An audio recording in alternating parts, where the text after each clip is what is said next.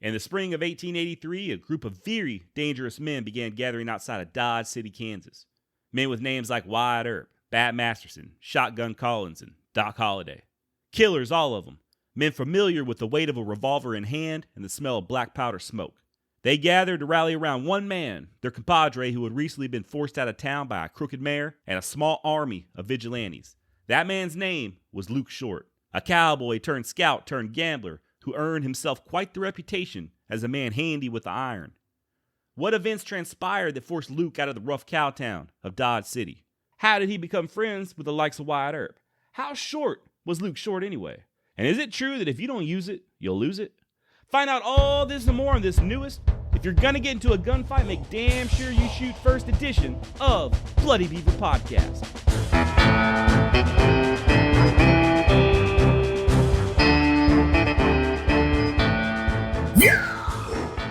What's up, y'all? Welcome to Bloody Beaver Podcast. My name's Josh, and I'm the captain of this sinking ship. Oh, and she's a sinking fast, so let's get right down to the topic at hand. Luke Lamar Short was born in Polk County, Arkansas on January 22nd, 1854. His father, Josiah, was a farmer who, along with Luke's mom, Hetty, went and moved the whole family down to Texas sometime before 1860. Not sure of the exact date, but by 1860, the Short family was already living in Montague County, way up north, just shy of the Red River, on the border of what was, at the time, known as Indian Territory, what we now call Oklahoma. Ugh, gross. In 1862, an 8-year-old Luke Short witnessed something that I'm 100% sure nobody listening to this podcast has ever witnessed. His father being attacked by a party of Comanche warriors right there in the front yard. Although being wounded by both arrows and lances, Josiah was able to fight off the attackers, due in no small part to the actions of Luke and his brother, who were able to drag a large rifle out to aid their pops. This is such a fascinating time in history to me. You know, you're a farmer with a wife and several young children, lots of mouths to feed, living on the mercy of the weather. It's a hard job even nowadays. You know, hoping you get enough rain, but not too much rain, so you'll have a good crop this year. Probably trying to save up money to buy your wife a brand new dress. Or maybe you're worried about the milk cow who's getting old, and you can't figure out how the hell you're going to be able to afford to replace her. Oh, and by the way, every now and then, you might just get attacked by some of the greatest guerrilla warfighters this world has ever known. A people whose entire life revolves around combat, and they're not too happy about you living in what they consider to be their sacred homeland. Welcome to Texas in the 1860s. You know, so much of what we're exposed to as children form us into what we become as adults. And I gotta think that if you're a kid and you have to witness your father engage in a life or death struggle against Comanches, that might have some sort of a developmental effect. At very least, those schoolyard arguments about whose dad can beat up who just got a little bit easier to win. My dad can beat up your dad. Oh yeah, Craig? Well, my dad fought off a GD Comanche war party. What'd yours do? Oh, I'm sorry, I forgot. He won Farmer of the Year 2 years in a row. Big whoop-de-doo. Try again, Craig. By 1870, the Short family was living in nearby Grayson County, Texas, still just south of the Red River. And evidently, they were forced to move away from there to the Fort Worth area just due to the horrendous stench that was wafting down from Oklahoma. They just couldn't take it anymore. I don't know if any of you listening have ever been to Oklahoma, but its residents, I don't know what the best way to say, they're not the most fragrant of people, okay? No, actually, the Short family moved on after Luke got into a little bit of trouble at school when he was just 13 years old. Seems he was having issues with a bully, and his solution was to cave the boy's face in. Yikes. Listen, I hate a bully as much as the next guy. And I even gave my son the typical dad speech when he was young. Don't fight, walk away, avoid trouble. But if things ever escalate and somebody puts their hands on you in a threatening manner, go ahead and end the fight. You know, do what you gotta do. What I did not advise my son to do under any circumstances was to take things so far as to cave somebody's face in. And I'm guessing Josiah Short probably never told Luke to do that either. You standing up to a bully? Heck yeah, good job, son. Cave somebody's face in during a fit of unsuppressed rage at the age of 13? Maybe we need to seek some counseling after that.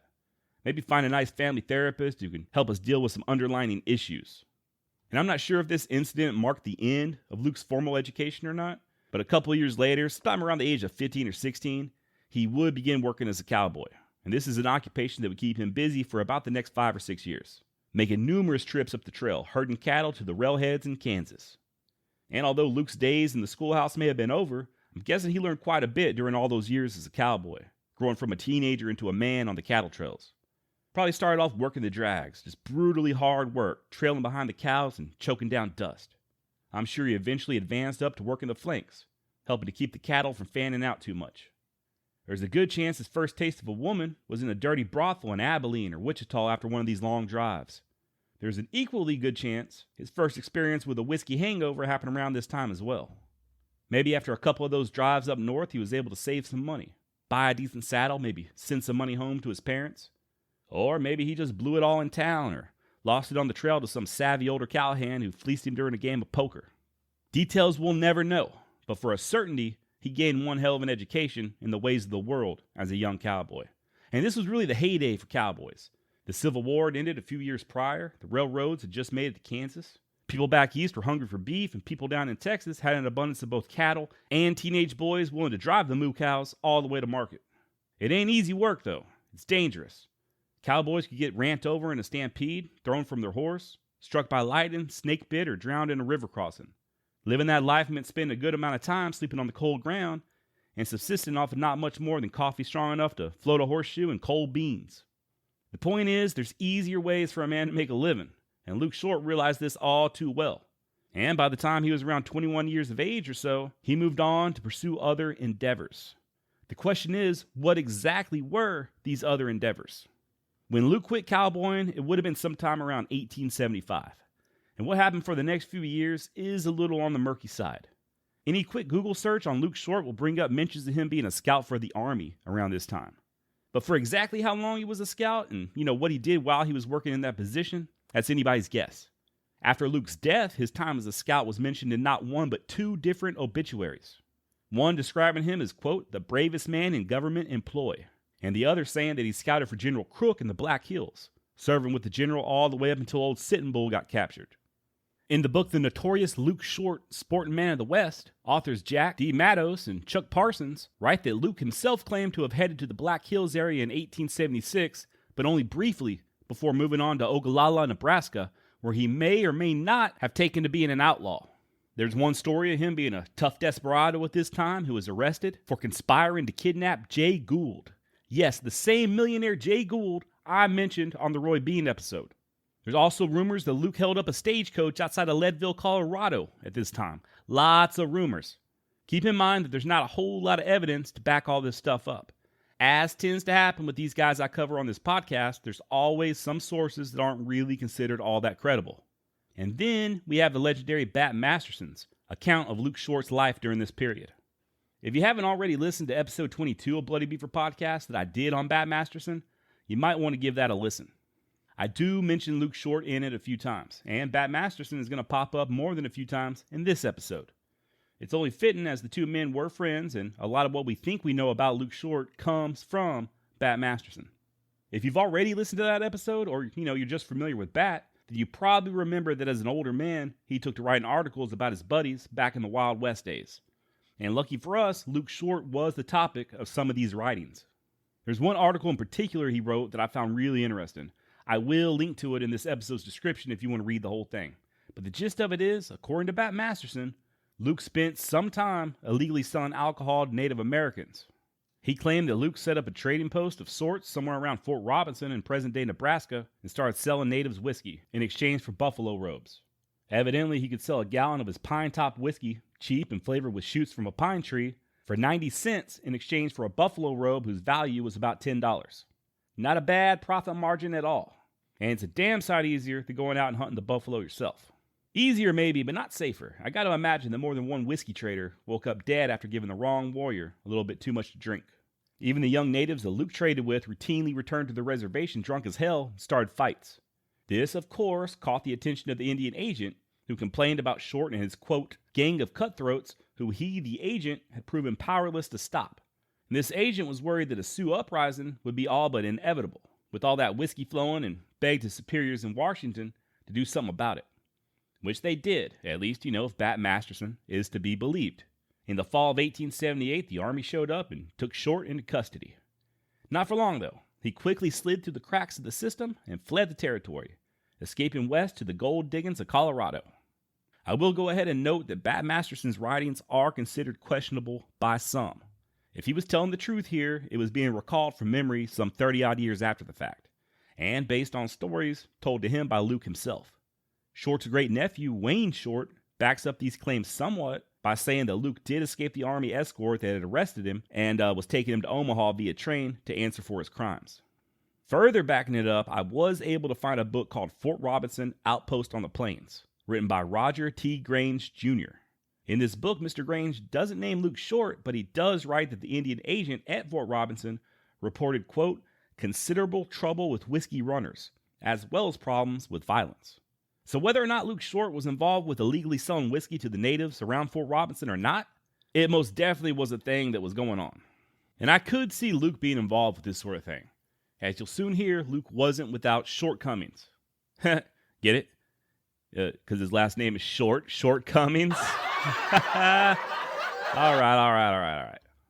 He was a flawed man, one who liked money, one who got that money by possibly doing things that were morally questionable. There's some evidence that suggests he was arrested around this same time for cheating a man out of a considerable sum of money at 3-card money.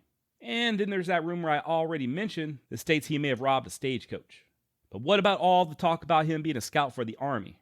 We do have concrete proof that he worked as a civilian scout for the Army, but only for a short amount of time. And by a short amount of time, I mean just a few days. He worked as a dispatch courier for Major Thomas Tipton Thornburg out of Ogallala. So just to sum it all up, Luke possibly spent time in Deadwood, definitely spent a little bit of time scouting for the Army, at least, and possibly got arrested for illegally selling whiskey to the Indians. He also may have done some buffalo hunting, as well as possibly being involved in some fighting scraps with hostile natives. By 1879, Short had definitely made his way to Leadville, Colorado, and this is where he's first really seen as kind of making a living as a gambler. But like I said, this is still sort of a cloudy time of his life. Not a lot of hard facts and a whole lot of hearsay. We know Luke spent time in Colorado. He was possibly involved in not one but 2 killings there in the Denver area as a result of card games gone wrong. According to Mr. Bat Masterson, Short was involved in a 3rd shooting in Leadville, where he wounded a man during yet another gambling dispute. For whatever reason, maybe the bodies were piling up, or maybe the cards turned bad. Maybe he just wanted warmer weather. I don't know. But Luke decided to light out for a little place called Tombstone in late 1880. Tombstone, as I'm sure you already know, was a mining town in present-day Delaware that's famous for its rich Wild West history. And it was in Tombstone that Luke first struck up a friendship with the likes of Bat Masterson and Wyatt Earp. It's also where he got into a little gunfight with a man named Charlie Storms. And unlike the previous gunfights in Colorado, we actually do have recorded witness statements to give us a pretty good idea of what went down between him and Charlie. The fight took place outside the Oriental Saloon in February of 1881. But it all started inside at a faro table, where Wyatt Earp was working as a dealer and Short as a lookout. And a lookout man back in those days was the guy who basically just supervised the game and made sure there was no cheating going on. Kind of like a pit boss does nowadays. Oh, and by the way, those of you screaming at your speakers or cracking your knuckles and getting ready to send me a very strongly worded email, yes, I know Tombstone is in Arizona. I just said Delaware to liven things up a little. Make sure you're not sleeping on me. Back to Luke Short. For whatever reason, this guy Charlie Storms and Luke got into it. And it looks like Charlie was the instigator and sort of viewed Luke as an easy target. Short lived up to his surname, by the way. He wasn't a big man, only about 5 foot 6 inches tall and weighing in at about 140 pounds. He was, as Bat Masterson once described, an insignificant looking fellow. Insignificant looking or not, Luke just wasn't going to sit around and let this Charlie Storms guy drunkenly insult him. Remember the old cliche about big things coming in small packages? That's reason number 1,2043 why you should never mistake the outer man for the inner. It's also important to mention that Charlie Storms wasn't just some random nobody. Researching topics for this podcast, I'm constantly discovering guys like Charlie Storms who should, in my opinion, be just as well known as, say, Clay Allison or Doc Holliday. And yet, for whatever reason, guys like Charlie and even Luke Short to a certain extent get sort of forgotten.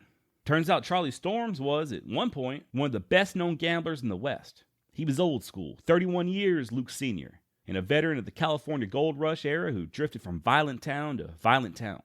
Virginia City, Dodge City, Leadville, Deadwood, Tombstone. So this wasn't just some young buck that decided to test Luke's nerves. This was an experienced man, a killer, who had decades of experience rubbing shoulders with other killers. But we always end up meeting someone meaner, don't we? In Tombstone, Charlie Storms met that somebody in the form of a 27-year-old Luke Short. As the pair began arguing and looked like blood was about to get spilt, Bat Masterson got between the two and was initially able to stop things from getting out of hand. He convinced Luke not to shoot, and at the same time, he got Charlie to leave the saloon. Crisis averted. See, Bat was friends with both Luke and Charlie. He even went so far as telling Luke that Storms was really a decent sort of man. Things probably would have been left at that had Charlie not shown back up to escalate things further. Now, I gotta imagine alcohol was involved here. By the time the fight went down, Short was no longer inside the saloon, but standing outside with Masterson. All of a sudden, here comes Charlie running up, and before Bat could stop him, he grabbed Luke's arm, pulling him off the sidewalk. Both Charlie and Short went for the guns at this time, but Luke was faster. Storms was able to clear leather, but before he could get a shot off, Luke put 2, possibly 3 rounds into him point blank. Like for real point blank. Short's pistol was so close that when it erupted, it set Charlie's shirt on fire. Charlie Storms didn't care though. By the time his shirt was smoldering, both his gambling career and life were over. Now remember, this is mostly Bat's version of the story, but it's not too far off from another version that was posted a few days later in a Leadville paper.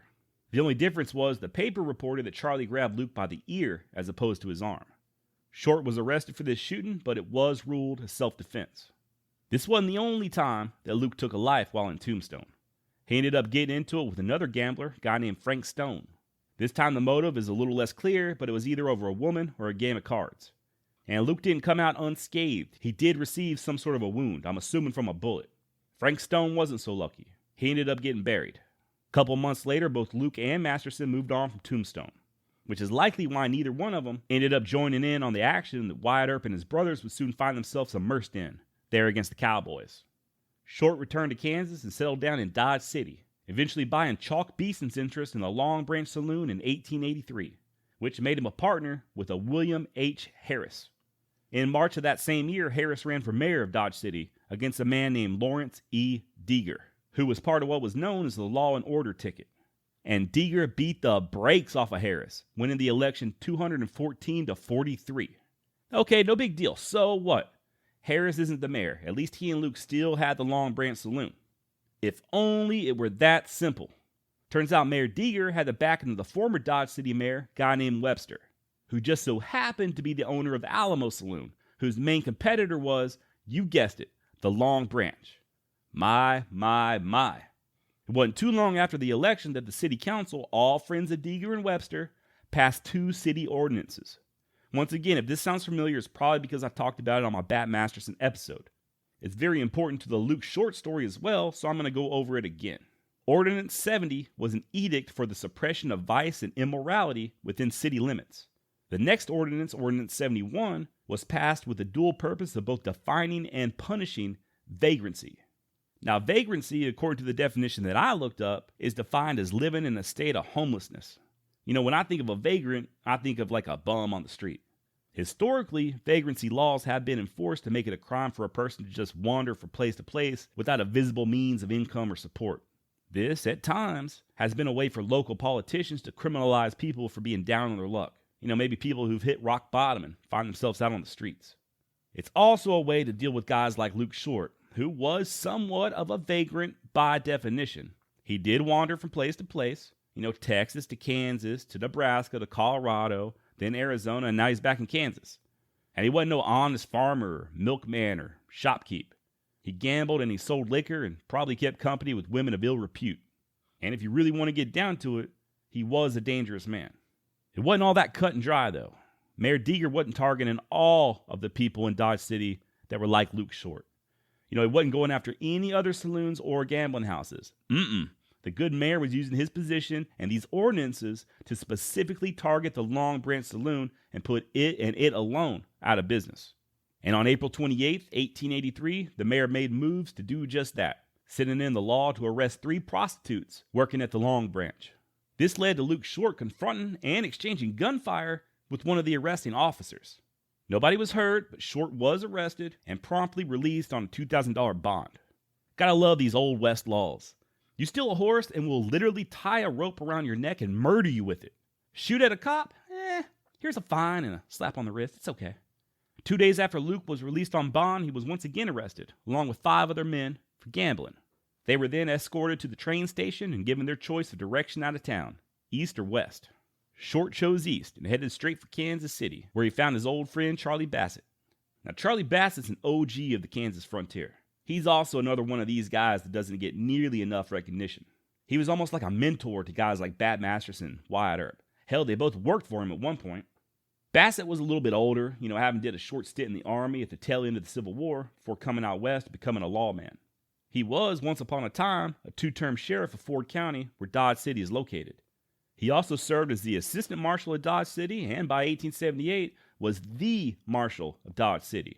And on top of all of that, he was one of the original founders of the Long Branch Saloon, the same saloon that the powers that be were now trying to shut down. And Charlie Bassett wasn't the only friend that came to Luke's aid at this time. The old crew came slinking in from every direction and formed a little something that became ironically known as the Dodge City Peace Commission. You've all seen the picture. If you haven't, just Google Dodge City Peace Commission. It's one of the coolest Old West pictures out there, and it features 8 very serious-looking men.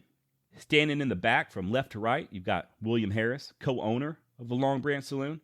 By the way, Harris and Luke Short go all the way back to Tombstone. He was in that inner circle with Short and Wyatt Earp in those Oriental Saloon days. Next to Harris is the man of the hour, Luke Short, the smallest built man in the group and the only one pictured wearing a white hat. Next to Luke is Bat Masterson, who needs no introduction. And next to Bat is William F. Petillon. Now, William Petillon I couldn't find much information on, up to and including how to pronounce his damn name. Petillon? I don't know.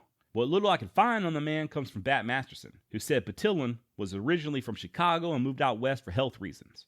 At the time of this photo, Petillon was county clerk for Lincoln County, Kansas, as well as, get ready for this, a pie-eating champion. I'm not making that up. I gotta wonder how he plays into things. Hey, guys, listen up. Those bastards over in Dodge kicked our good friend Luke out of town, and if we want to push back, we're going to have to assemble a crack team of professionals. Now, we've already got Harris over here, and Bassett is the brains of the outfit, and we've got our muscle with Bat and Wyatt, but I feel like we're missing something. Hold on, I've got it. We need to find us the most pie-eatingest son of a bitch we can find, and I think I know just the guy. At least that's how it, happened in my mind. Petillon would later go on to become the editor of the Dodge City Democrat newspaper. Sitting down in the front row of the photograph from left to right, you've got Charlie Bassett. Next to him is Wyatt Earp. Now remember, this is 1883. Wyatt is fresh off the trail from his famous Vendetta ride. He had done killed Curly Bill Brocious, Frank Stillwell, and Johnny Barnes by this point, as well as eluding Cochise County Sheriff Johnny Behan and his wife Mattie, who he dumped in exchange for Josephine. At this point, Wyatt Earp simply did not give a shit. Next to him in the picture is a guy named Frank McLean. He, like Petillon, was not a gunfighter, nor was he a pie-eating champion. Let's just get that straight right off the bat. Something that I'm sure Petillon reminded him of every second of every day. Nothing Frank ever did was good enough for Petillon. Every single milestone of Frank's life, his marriage, his first child being born, the first time he started a business, was always followed by Petillon asking, "Yeah, well, how many pies you eat today?" That son of a bitch. No. Frank McLean was a sportman, a gambler, and he was one of the men that got ran out of town with Luke Short. Next to Frank and rounding out the photo is Neil Brown. Neil, just like Bat and Wyatt and Charlie Bassett, was a former law dog, and he used to hunt buffalo with another famous Wild West lawman, Bill Tillman, who was possibly also a member of the Dodge City Peace Commission. He wasn't present for the photo, but these guys pictured weren't the only ones involved in this little fracas. There were other noted gunmen involved. Guys like Shotgun John Collins and Rowdy Joe Lowe, and even Doc Holliday. Full disclosure though, I could not find out for sure if Doc Holliday was actually there in Dodge City or if that was just some false reporting on the part of the local papers. I'm by no means an expert on anything Doc Holliday related, but I was under the impression that once he left Arizona for Colorado, that he basically stayed in Colorado for the rest of his life. According to an article I found on True West magazine written by Marshall Trimble, entitled The Dodge City War, Doc was apparently back in Colorado by the time this famous picture we're talking about was taken. If he was involved, though, as a member of the Peace Commission, no wonder Mayor Deeger got real nervous real fast. Doc was a heavy hitter, but hell, so were Wyatt Earp and Neil Brown. This wasn't no accident. These men gathered to rally around Luke Short were there as a means of intimidation. Their reputations were such that just them being in the general area scared the hell out of Luke's opposition.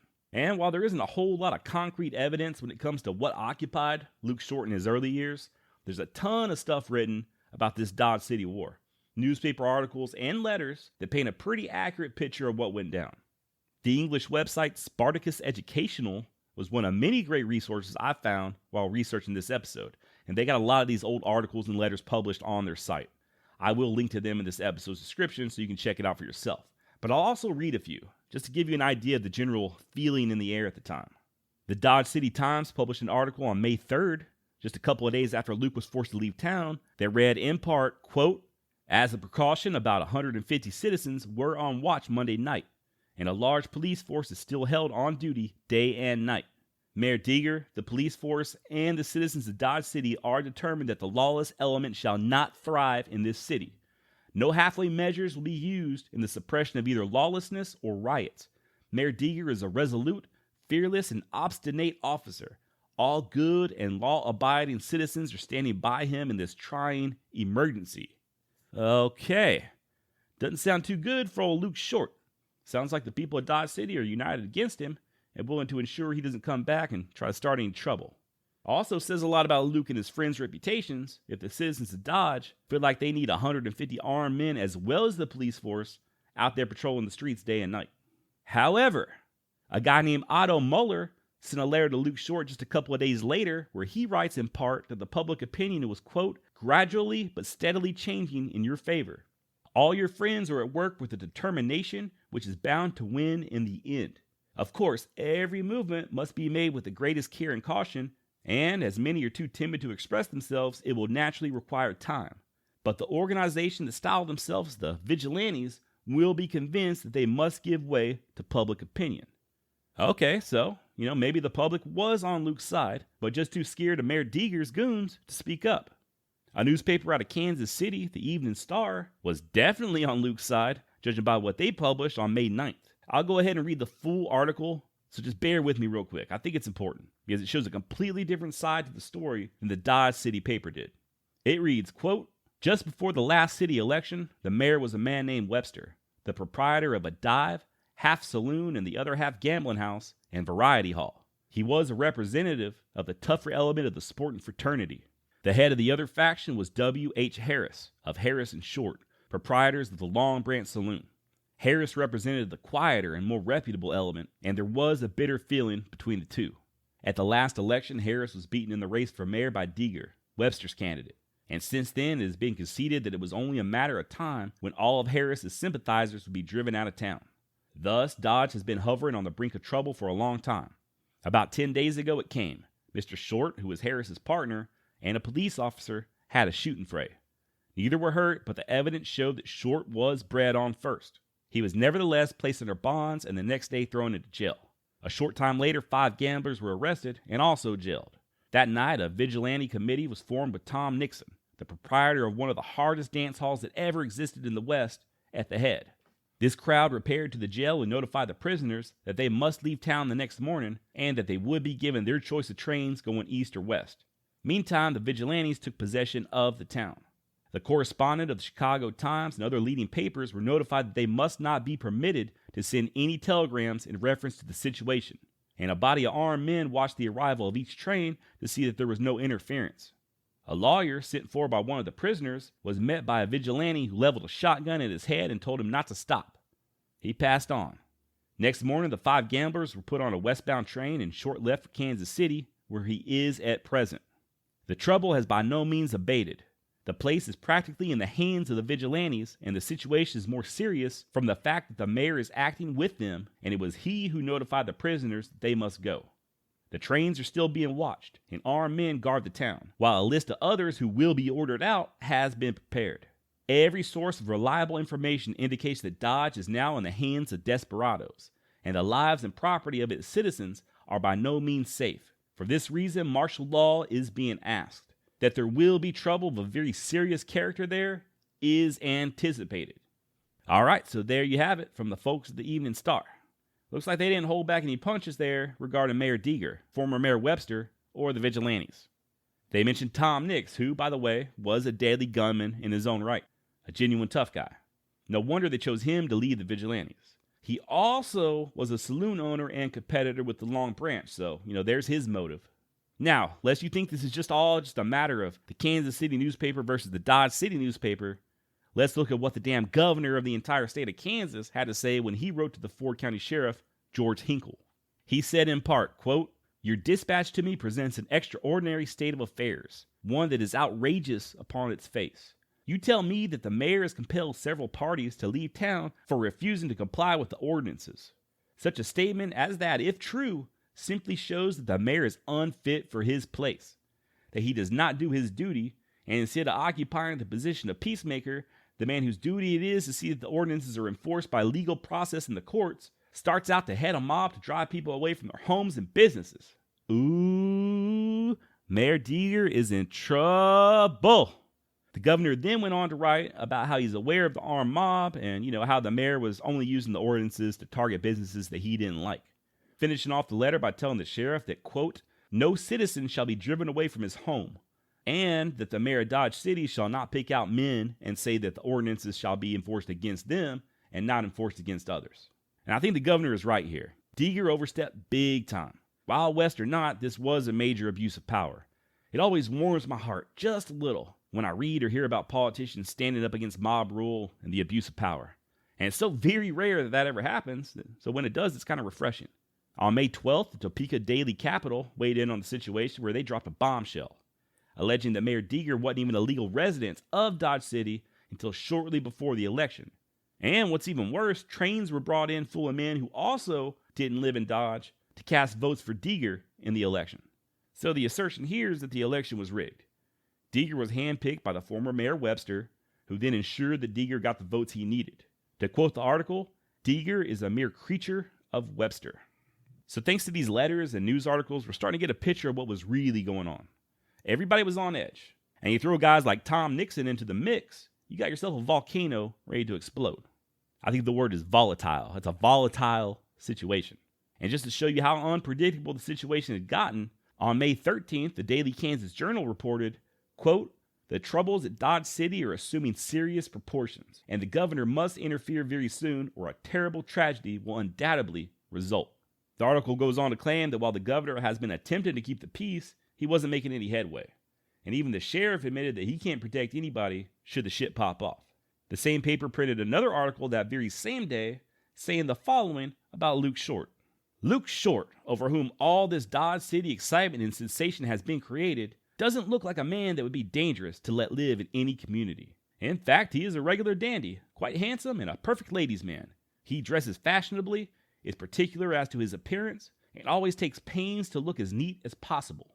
At Dodge City, he associates with the very best elements and leads in almost every social event that has gotten up.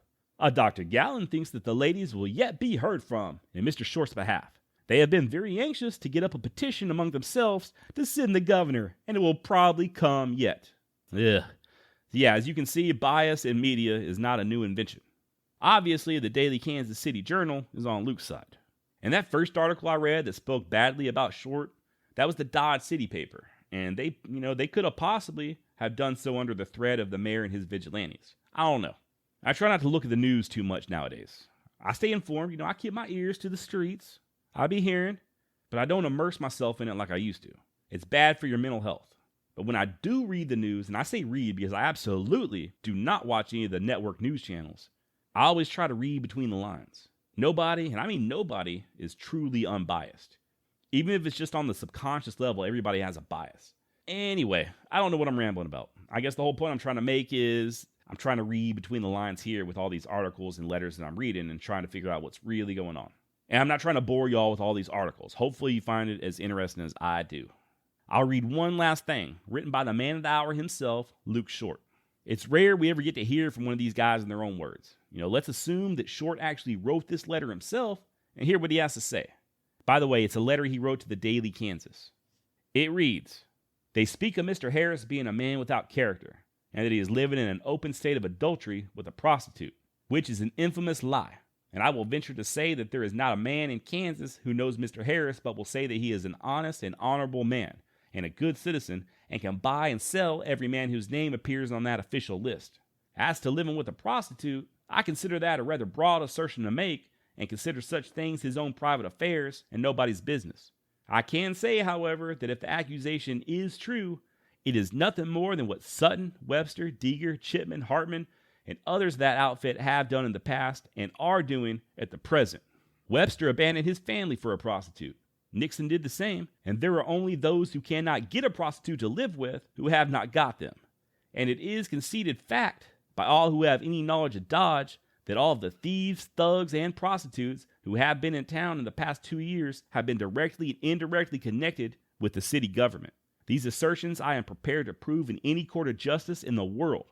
They go further on and state that I am a desperate character, and that it's not been long since I murdered an old gray-haired man in Arizona, and that I have been run out of nearly every country I have lived in, which is as infamous as it is false, as there is not a civilized country under the face of the sun that I cannot go to with perfect safety, excepting Dodge City. And there is no law to prevent me from living there, nothing but a band of cutthroats and midnight assassins who have banded together for the purpose of keeping all those out of the place who are liable to oppose them at the polls, or offer them opposition in their businesses.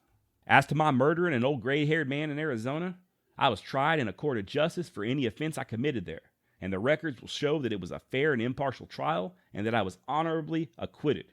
The delegation who came here to see the governor, and who claimed to represent the moral element of the town, was principally composed of tramps who do not own a single foot of ground in the country and never have. All right, very interesting. And the letter was signed, Miss You, Hugs and Kisses, XOXO, followed by 3 of those purple eggplant emojis. So whatever that means. Nah, I'm kidding. But still interesting nonetheless. The gray-haired man obviously is Charlie Storms, who Luke killed while in Tombstone. The 2 takeaways I got from this letter is Short was sensitive to the idea that maybe some people felt like he took advantage of Storm's advanced age during that gunfight. And Harris was definitely living with a whore. And also that him living with a whore is nobody's damn business. On June 5th, a newspaper out of Topeka reported that Wyatt Earp and Doc Holliday were already in Dodge City and hiding, ready to spring to action, and that the plan was for Short and his friends to soon drive out all of their opposition by the barrel of their revolvers. Fortunately for all involved, things never resorted to gunplay. Matter of fact, while all this was playing itself out in the papers, Luke Short himself went to the Kansas capital Topeka and presented a petition before the governor. CYA. And that's rule number 1 of Bloody Beaver Podcast. CYA. Cover your ass. In return, the governor advised Luke to go ahead and handle his business in Dodge and then just clear out. The day after the, quote, Peace Commission showed up in Dodge City, Mayor Deeger issued a proclamation that resulted in every single gambling establishment being shut down. And this backfired on the mayor, big time. I don't know if this was Deeger's last-ditch power move or his idea of a checkmate or what, but it failed miserably. And I think the main reason it failed was due to it being peak cattle season. A whole bunch of thirsty, trail-weary cowboys were arriving in Kansas, and they all wanted to head to town to drink and gamble away some of their hard-earned money. Once the herds found out that Dodge City was closed down to everything fun, they headed elsewhere. I was kind of thinking about it in terms of a city getting picked to host the Super Bowl. According to an economic impact report that I found released by the Minnesota Super Bowl Host Committee, more than $450 million was spent in the state of Minnesota over a 10-day period in 2018. Why? Because of the Super Bowl, that's why. And the huge circus that surrounds it. All the fans, celebrities, journalists, media types, all flocking in and spending money. Not to mention all the vendors and entrepreneurs who flood the area looking to take said money. Now imagine that happening every single year, and that being your city's main source of revenue. That's kind of what the cattle herds were to Dodge City. The entire existence of the town was based off the money that all the cowboys and railroad men brought in each year. Are there bad apples that come with this? Yes, of course. Gamblers, whores, pimps, criminals. The same exact bad elements that you'll even get nowadays if your city hosts a Super Bowl. But it does have a positive financial impact on the area. Once the cattle outfits started diverting their herds to more vice-friendly pastures, the money started drying up. And that's when the local businesses, even the Santa Fe Railroad, who did a lot of business in town, said enough's enough. We're bleeding money over here. Needless to say, it wasn't too long before both factions had a sit-down and called a truce. And just like that, the anticlimactic Dodge City War was over. Nobody got shot in the process, and Luke Short stuck it to the man. Sometimes it's the little victories that count, you know? And although he was victorious, he knew when he wasn't welcome. He had already been arrested more than once in Dodge. The mayor absolutely hated him. The city council didn't care for him much either. And let's not forget the fact that he had already traded bullets with a dadgum police officer. It was time to move on. Thus, in November of '83, Luke sold out his share of the Long Branch Saloon and moved down to Texas, where there was still plenty of gambling to be had. Luke puttered around San Antonio for a short time, but he didn't find it as much to his liking as he did Fort Worth. I gotta say, I disagree with Luke here. I personally wouldn't mind living near San Antonio. Fort Worth, on the other hand, I don't know. Maybe it wasn't so bad in the 19th century when there weren't any Dallas Cowboys fans hanging around that you had to deal with. Short hit the ground running in Fort Worth, quickly going into business with two guys named Jake Johnson and Alex Reddick, and the trio opened up a saloon called the White Elephant. This guy Jake Johnson was rich, by the way. I'm talking Oprah rich. But that didn't stop him, along with Luke Short, from getting routinely fined for running games of chance there at the White Elephant. And these fines were just the cost of doing business. Extortion is defined as the practice of obtaining something, especially money, through force or threats. Anytime there's any sort of illegal or even legal but kind of shady type of business being conducted, even nowadays, you can be assured that somebody is getting a payoff. There is, however, a limit to how much a man is willing to pay, which we'll get to in a moment. But first, let's discuss an extraordinary demonstration that Luke was said to have performed there in Fort Worth around this time. Legend goes that a waiter handed Short a glass of milk with a fly on the surface, and Luke threw the glass in the air, drew his pistol, and shot the fly. Do I believe that this happened? Negative. How would you even know he actually hit the fly? It's a fucking fly. A .40 caliber bullet would disintegrate it. It's not like the fly is going to just fall on the ground and clutch his chest. Bzzz, I've been hit. Bzzz. No. But is it possible to hit such a small target? I think so. I mean, all you got to do is YouTube the phrase shoot aspirin out of the air to see some ridiculously amazing feats of accuracy. There's even one dude who shot an aspirin out of the air with a damn arrow. Nowadays, we can slow down the tape and actually see the point of impact and see the aspirin just explode into a fine powder. But you couldn't do that back in Luke Short's day. Maybe he was capable of such shooting, but there's no way in hell you could prove it. Did you know that Bat Masterson became quite the sporting man as he grew older? It's true. And one of his main interests was boxing. Well, old Billy Bats, as I like to call him, is widely credited as being the one that got his friend Luke Short involved in the sport as well, even setting Luke up as a referee for a few matches. And while Short did enjoy the sweet science of fisticuffs, it was horse racing that was his real passion. And not just betting on the horses either. Luke bought his own swift pony and suited up in a jockey's outfit at least once in 1886. He came in last place, but damn it, that doesn't matter. You know, it's not the critic that counts or some such shit. At least he tried, okay? And at least on one occasion, Luke arranged a battle between two men on horseback who were armed with broadswords. Yeah, you heard me, broadswords. No idea who won this match, but I'm positive whatever the outcome, Luke managed to line his pockets with the proceeds. So yeah, things are starting to look up for Luke. But you know how that goes. Life oftentimes has a way of, getting in the way. In Luke's case, there were those ever-increasing fines being levied against him, and they were adding up. Then there was some family trouble brewing down south. Turns out Luke's younger brother Henry shot and killed a man in early 1870 down in San Angelo. And it wasn't no simple case of self-defense, The dead man in question was shot in the back. I suppose that the dearly departed could have accidentally turned at the last second, but either way, Henry Short was going to need a good lawyer. He wisely headed north to Fort Worth before the law could catch him and sought help from his big brother. And Luke was there for it. He accompanied his brother back to San Angelo where he oversaw Henry safely turning himself into the sheriff. And then he put up money for his bond and got him a lawyer. Unfortunately, lawyers are expensive.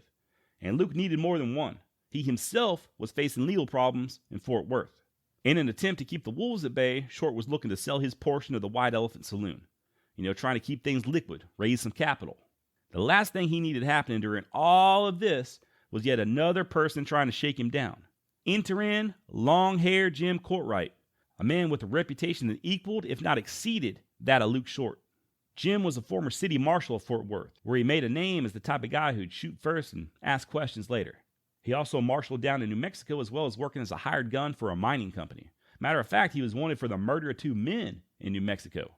Back in Fort Worth, Big Jim, as he was sometimes called, formed his own detective agency, but mostly busied himself by extorting businesses in the area of Fort Worth known as Hell's Half Acre, aka the Red Light District, or as my mama used to say, the type of place where nothing good happens after 9 o'clock at night. Matter of fact, just to be on the safe side, you might ought to just go ahead and stay inside after the Wheel of Fortune goes off. Hell's Half Acre was formed when ranchers started herding cattle up to Kansas. It became a popular stopping off point, and if you approach Fort Worth from the south, this area is the first part of town that you saw. It was full of the type of establishments that you'd imagine. Dance halls, whorehouses, gambling dens, bingo parlors, candy shops, laser tag, indoor rock climbing, and seedy internet cafes. Alright, I made the last few up, but you get the picture. Hell's Half Acre is where you'd go for a good time. You know, where you go to watch a cockfight, or bet on some horses, or maybe find a temporary girlfriend. This is the area that long-haired Jim Courtright ran roughshod over in the late 70s when he was marshal. However, by 1887, Luke Short's White Elephant Saloon was not technically in Hell's Half Acre. The White Elephant was more of an uptown joint, but that didn't stop Big Jim from trying to throw his weight around there as well. Like I said, Luke was strapped for money, so he was trying to sell out his action in the White Elephant. But when Jim Courtright started sniffing around, that complicated matters. Nobody wants to invest in the saloon if they gotta then turn around and have long-haired Jim saying something along the lines of, "That's a nice saloon you got there. Be a pity if something were to happen to it." And although Big Jim was not a law enforcement officer at this time with any sort of official authority, he was well known and still riding high on that reputation as a hardened killer. Luke Short wasn't one to be intimidated by the likes of long-haired Jim Courtright, though. And he let him know just that. You know, it was bad enough that he had to routinely pay fines to the real law there in Fort Worth, as well as his own damn lawyers. Now this ass clown shows up and tries to extort him for even more? By God, Luke wasn't having it. Told Jim that he could protect himself just fine without any outside muscle. Courtright obviously didn't appreciate this very much. He had a reputation to uphold. If Short refused to kowtow or bend the knee, then maybe all the others will start growing a backbone and try doing the same thing. This was unacceptable, and if Jim wanted to save face, he had no choice but to make an example out of Luke. Things finally came to a head on February 8th of 1887. Courtright confronted Short outside the White Elephant where Luke was standing with his thumbs hooked in his vest. At some point, Luke dropped his hands, which caused Big Jim to become alarmed and yell out to Short that he didn't need to be going for his guns. But at the same time he was hollering those words, he himself began pulling his gun. Luke would later claim that he was never going for his gun, just adjusting his vest, which is exactly what somebody going for their gun would say, okay? Some speculate that Courtright yelled out the business about Luke going for his gun with witnesses in mind. I guess the idea being that once he killed Luke, then the others could vouch that he thought Short was going for his gun. Self-defense. Either way, things had reached a tipping point. Once Jim placed his hand on the butt of that revolver, there weren't no going back. And if Luke really had only been adjusting his vest, he no longer was. You know, seeing that deadly turn of events, he too drew his revolver. And once again, just like in Colorado and just like in Tombstone, speed was on the side of Luke Short. And maybe Lady Luck as well. Some say that Courtright's pistol got hung up on his watch chain. Others say that Luke's first shot blew Big Jim's thumb off, causing him to fumble and try to shoot with his other hand. No matter the details, the results were all the same. Luke pumped 5 rounds of his deadly .45 into long-haired Jim Courtright, who would never be able to shake down anyone else ever again.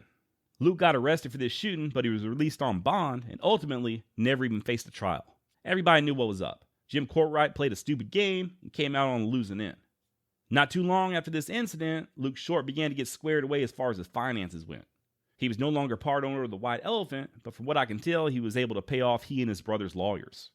He was 33 years old, and it was getting time for him to settle down and take a wife. And let me just go ahead and say, when it came to picking a wife, Luke Short chose well. Last episode I did on Judge Roy Bean, I kind of made some not so nice remarks about Lily Langtry's physical attractiveness. You know, whatever, that's just my taste. Luke Short's new bride, Miss Hattie Buck, well, that's a whole nother story. Go ahead and do a Google image search for Hattie Buck Short. I'll wait. See what I'm talking about? Hashtag historical hottie. Hattie's full name was Harriet Beecher Buck. She was 9 years Luke's junior, and although she was written up in the newspapers as being a rich banker's daughter, her father was actually a poor farmer, and also dead by the time she and Luke got hitched. The newlyweds did some traveling for their honeymoon, all the way up north to New York City's Coney Island, where they took in the Belmont Stakes, a thoroughbred horse racing event that's still held to this day. During this time, Luke was basically following the racing circuit. I'm not for sure if he had a stake in any certain horses, or if he was just betting on them, or what. I think it was a mix of both. You know, evidently it paid. He wasn't exactly struggling financially anymore. Back in Fort Worth, Luke's old White Elephant partner, Jake Johnson, opened up a new joint called Palais Royal, and Short may have been a silent partner in this venture.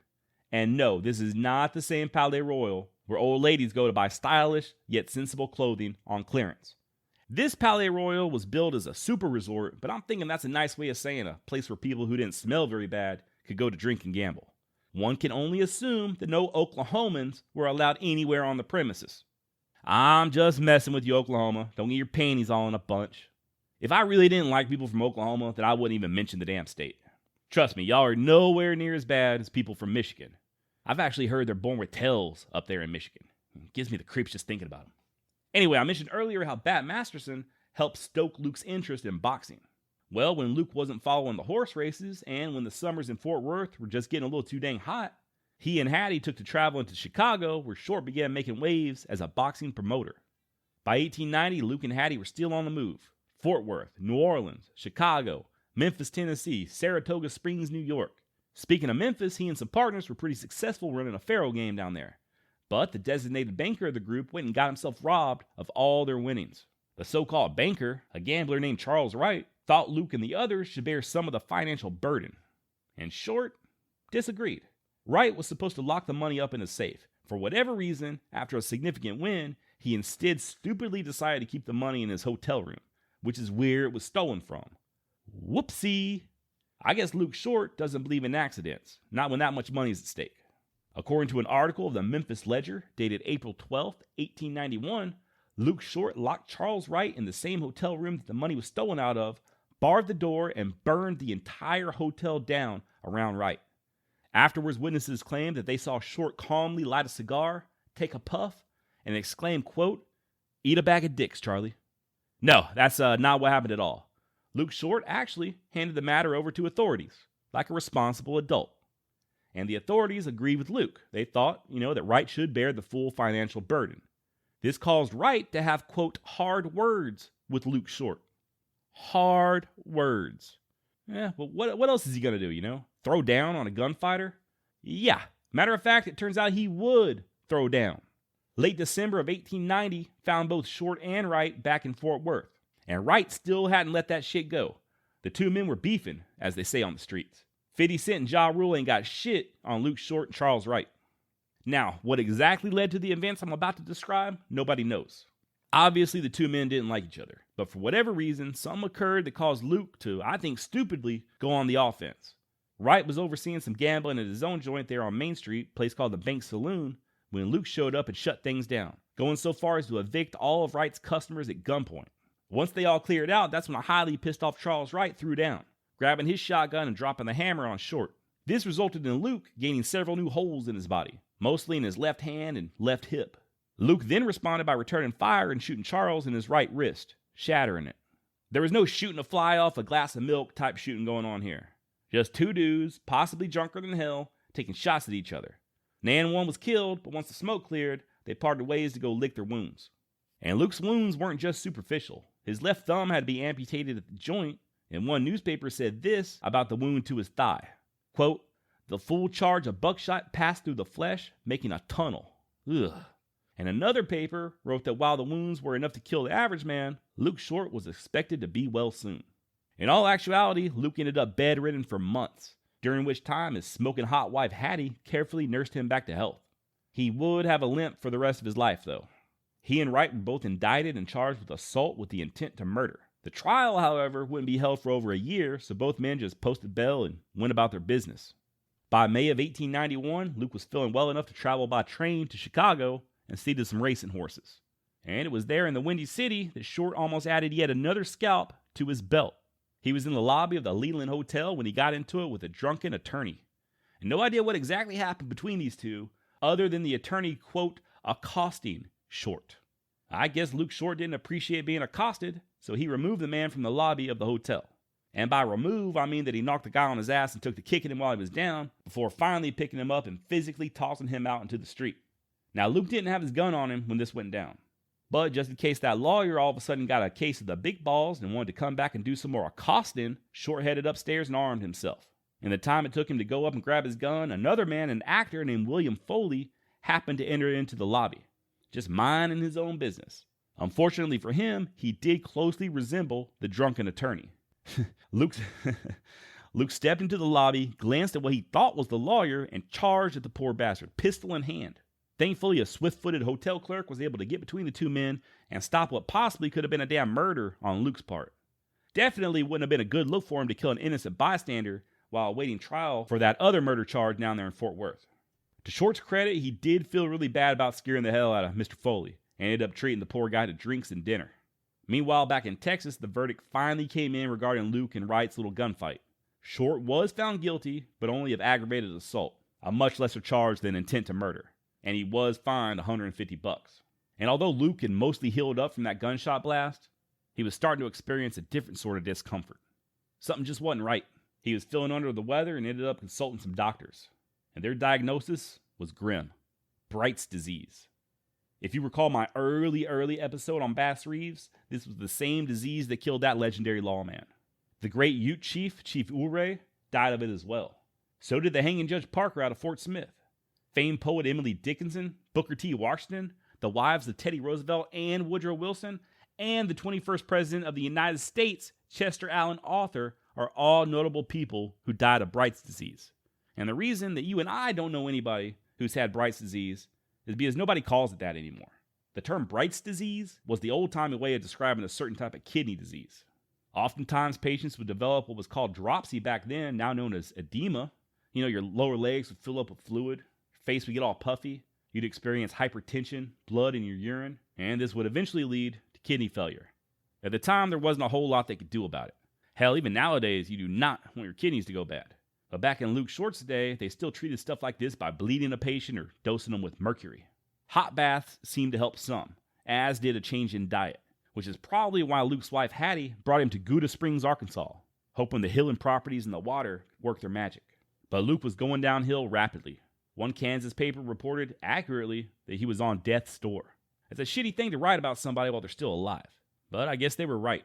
On September 8th, 1893, while still there in Gouda Springs, Luke Short passed through that door and into his next life, the life beyond. He was 39 years old, same age as me. His poor wife Hattie, man, a couple of days prior to Luke dying, she received word that her mother had passed away. And now here she is, parentless and a widow, not yet 30 years old, and planning the funeral of both her mother and husband. Before Luke died, he went ahead and purchased his own gravestone, a very simple affair that reads L.L. Short, 1854-1893. If you're ever in Fort Worth, you can pay your respects at the Oakwood Cemetery. It's the same cemetery where long-haired Jim Courtwright's body was laid to rest after Luke did him in. I'll end this tale on Luke Short by quoting Bat Masterson, who described Luke as being one of the best-hearted men who had ever lived, and said, quote, "I am proud to know Luke Short. Many a widow has been fed and many an orphan clothed in this city through the generosity of this man, who is, in the eyes of many, an outcast and a stranger." End quote. And that's about all I've got on Luke Short. By the way, if the name Luke Short sounds familiar, you may be thinking of the author of Western books who went by the same pen name. Born Frederick Dilly Glyden, author Luke Short wrote a bunch of Westerns in the mid to late 20th century. Some of them even became movies. I know I've read at least a couple of his books, but I don't remember which ones.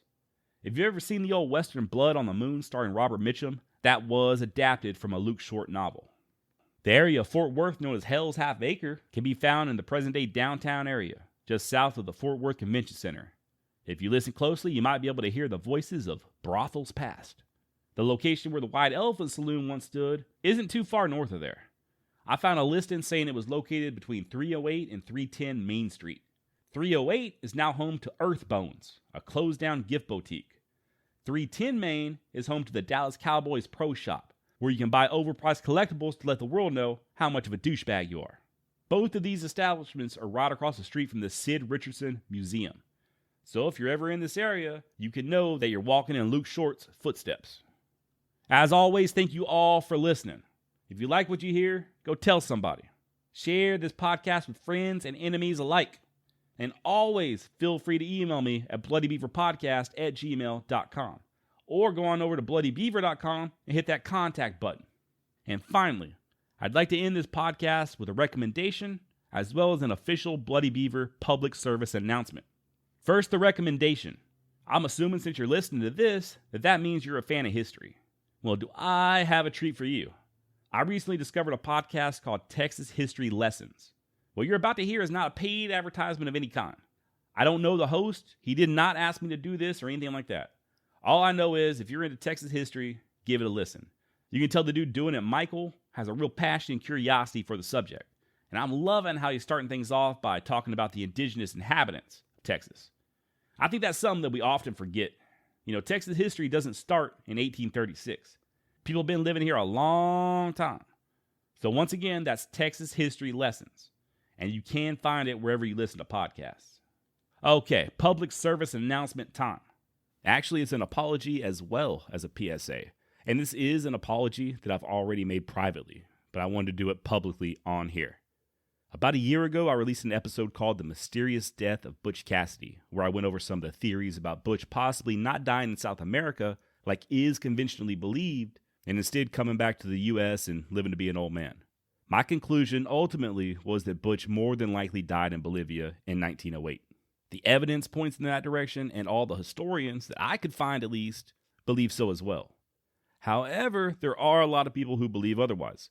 One of them I mentioned on my Butch Cassidy episode, a lady by the name of Marilyn Grace. Well, Marilyn emailed me recently. I guess she found the episode on YouTube and gave it a listen and didn't care very much for how I spoke about her. I went back and listened to the episode myself, and I don't blame her. I said something very rude about her. Y'all know me. I'm always going to make stupid jokes on this podcast, and I'm going to make fun of stuff, and I'm going to have a potty mouth at times. That's likely not going to change. However, what I do want to make it a point to not do is personally insult someone. And what I said about her was meant to be a joke, but it was kind of just listening back on it makes me sound like an asshole. And yeah, it's one thing for me to crack a joke at the expense of John Wesley Hardin or a psycho like Deacon Jim Miller, but they've been dead for a long time, and I'm not real concerned about hurting their feelings. I would not say what I said about Marilyn to her face, and as such, I shouldn't have said it on this podcast. At the time, I don't know what I was thinking. A year ago, I didn't think anybody was going to actually listen to this podcast. But that's no excuse. So, while I still disagree with Marilyn's conclusions as to Butch's fate, I do sincerely apologize for my choice of words. There was absolutely no reason I should have said what I said the way I said it. I could have just pointed out how I thought she was wrong, and that's it. But instead, I was kind of nasty about it. So Marilyn, if you're listening, once again, I do sincerely apologize. Now, I did already reply to her email and apologize as well. I'm not going to share the email exchange, but she did mention some new possible breakthroughs they might have had in the case of Butch Cassidy's remains. So maybe when she's ready, if she wants, she can break the news to me. I don't know. As far as what I believe about Butch, like I said, my opinion hasn't changed. It'd have to be some pretty strong evidence to convince me otherwise, but hey, I'm always open. By the way, Marilyn did not ask me to apologize, but I could tell by her email that my words hurt her, and I didn't want to do that. I don't want to hurt anybody's feelings, and it definitely was not my intention in her case. I'm a big proponent of the idea that, there's no reason two people who disagree can't do so civilly without name calling. Too often nowadays, people say all kinds of stuff behind the privacy of their computer or phone screens, comments on social media or YouTube, whatever, and they say the most petty, mean shit. And I don't want to be one of those type of people. I don't want to be an internet troll.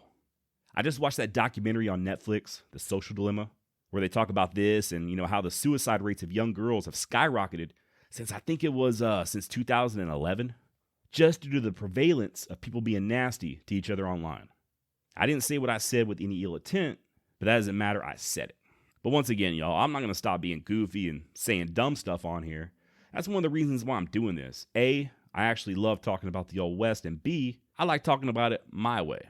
If all of a sudden I could only do this podcast just very dryly and only share the facts and not add in my 2 cents, that wouldn't be any fun, so I just stopped doing it.